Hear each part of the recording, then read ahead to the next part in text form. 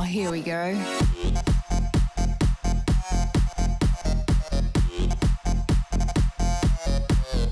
Tits.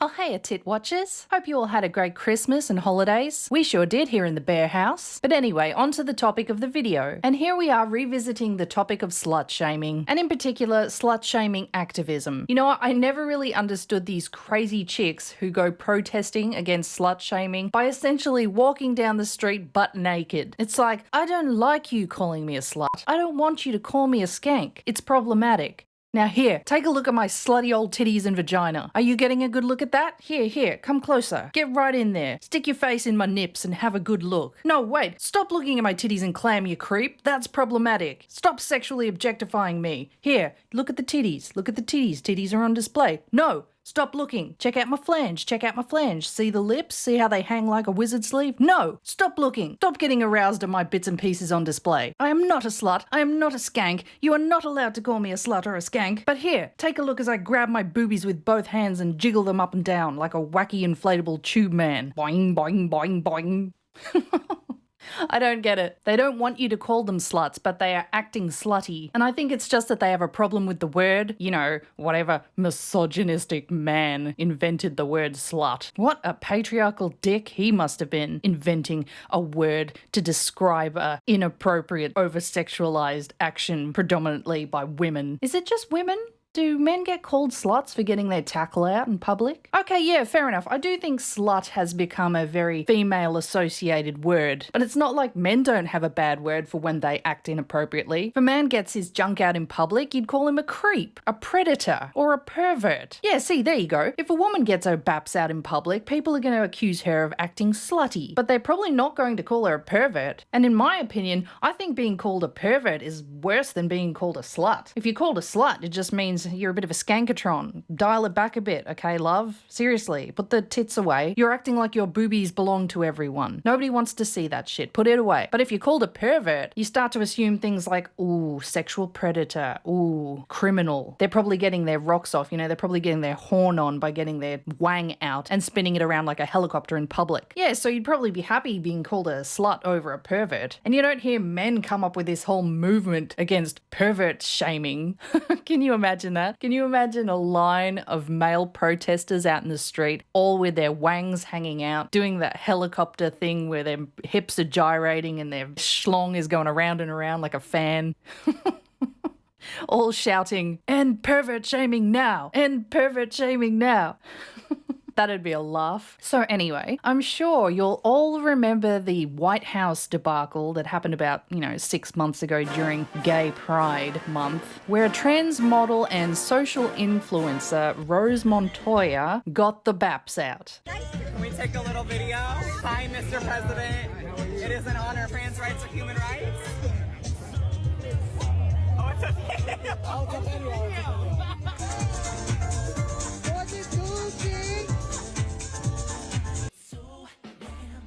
Are we topless at the White House? She got the titties out. She got her brand new store-bought titties out and flashed them to the whole world to announce, I am a woman, I am not a man, I have got titties. See the titties? See, have a look at them. Yes, I have titties, though I'm a woman. She got the titties out at the White House and she got a lot of hate for it. I mean, fair enough. You're invited to the White House. It's about as prestigious as you're gonna get, and you think that's an appropriate time to get your trans knockers out. I mean, how stupid can you be? So then she issued an apology after receiving a shitstorm of hate and criticism of her actions online. Today I need to apologize. Earlier this month, I was invited by the White House to attend a Pride celebration. In a quick moment of fleeting and overwhelming trans joy, I decided to do something unbecoming of a guest of the president at the White House lawn celebration. I want to take this moment to apologize for the impact of my actions. And last but not least, I would like to apologize to the president. The the White House, and the nation. Great, great. So maybe people started thinking, okay, this person realizes what they did was inappropriate. They're admitting to it. Maybe we can lay off and give them a break for a bit. But then this article comes out, and of course, they play the victim card. You see what coming a mile away? It's always the same fucking tune with these social justice warrior types. You're just waiting for it. You're just waiting for that victim shoe to drop. So they have come out crying slut shaming. They have found a way to do some mental gymnastics shit in their head and claim that their inappropriate behavior, which led to heavy criticism and backlash online, is a prime example of the culture of slut shaming in society today.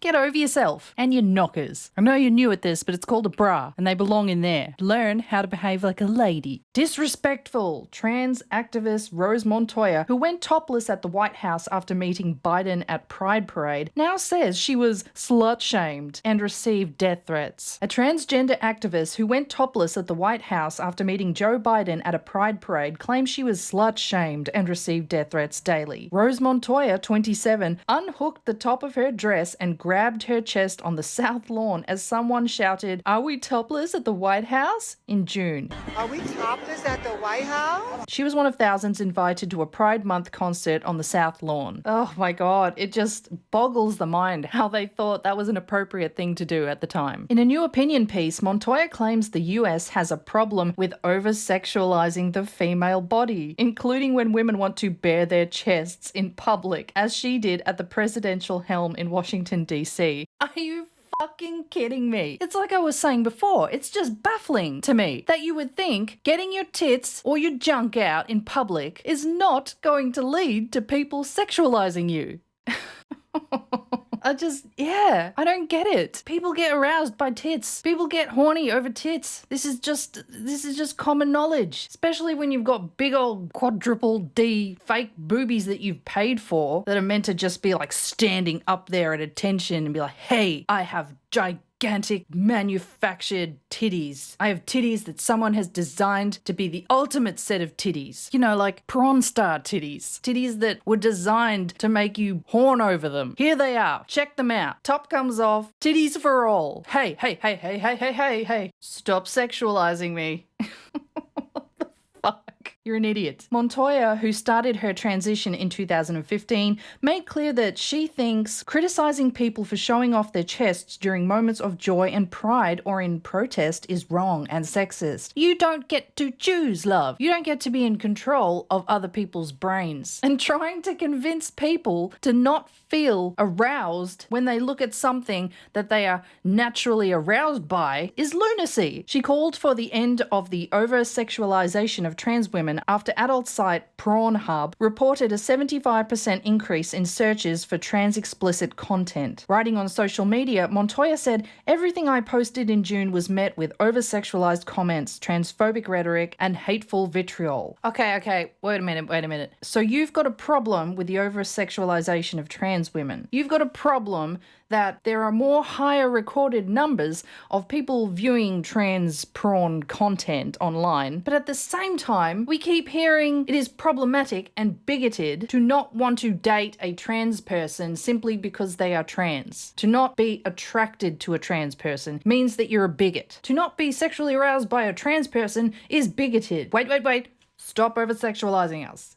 See, it's the protester titty logic again, isn't it? It's like, this is what we want. We want you to stop slut-shaming. Wait. Here's the titties. Getting them out in public. It's just, you're contradicting yourself like crazy. She added, "I found it paradoxical how the same people could slut-shame me for being a woman while simultaneously calling me a man." Yeah, well, I don't know. Maybe they're thinking about your titties in that regard. You know, titties like that are associated with women. So when you've got norks like those out in public, people naturally think woman. But then they take a second and remember, oh wait, you were a dude. Those titties aren't real. They were constructed titties. And they just get, confused.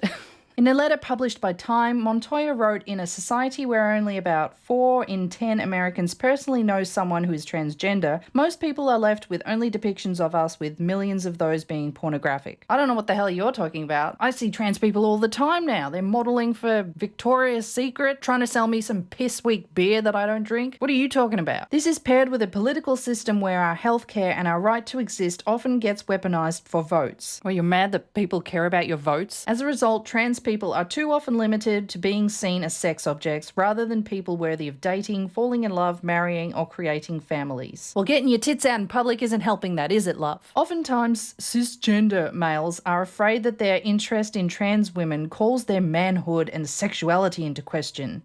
It kind of does. Maybe not so much the manhood thing, but the sexuality into question. Yeah, that's definitely a thing. In other words, they fear that being attracted to us makes them gay, and to be gay in their worldview is not be a real man. I don't know where you're getting that bullshit from. I certainly don't think less of a gay man. I don't think a gay man makes them less of a man. Maybe some people do. I don't. And I know I'm probably going to cop it for this one, but to some degree, being a trans woman may make some people think of you as less of a woman. You know, not a complete woman. Because biologically, you weren't a woman. You weren't designed as a woman. You weren't meant to be a woman. You had balls. And in regards to calling men who are attracted to trans people that, you know, saying that they might be gay, that's also kind of valid, because in the back of your mind, you're always going to know that was a dude. Hell, maybe they even still have a set of balls and the wang, yet they're saying I'm a woman. You have to be attracted to me as a straight man because I'm a woman. And you can't call the straight man gay for being attracted to a trans person who still has the balls and wang, because that's problematic. Are you nuts?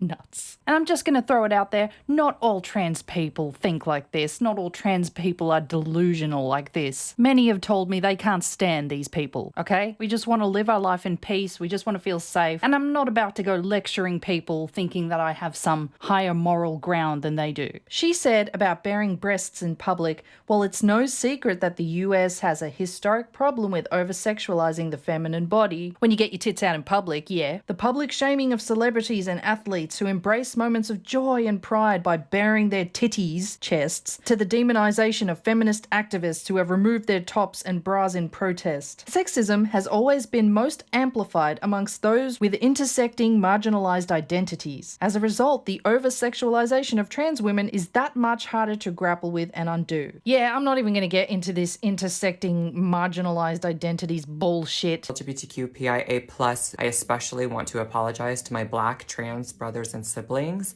especially transgender women who are Black, because I understand that you all are constantly, at a disproportionate level, impacted by the actions of others, and especially by anti-trans violence. You're just going to keep collecting your little victim point ammunition stash and using it against people that you deem problematic. If anyone here is the biggest shamer, it's notoriously coming from your camp, putting labels on people and shaming people. At least these people aren't getting their tits out in public and then crying wolf about it. So yeah, in conclusion, you don't want to be labeled a slut. You don't want to be called a slut. Don't get your tits out in public. It's as simple as that. You're never going to change the fact that titties are sexualized. And you know that. Otherwise, you wouldn't have splashed a fortune to get those manufactured titties and then put them on display in public for the whole world to see. I know what you were getting out of that. You wanted attention. You had to know the consequences of getting your tits out in public at the White House. Because if this was just a protest gesture about,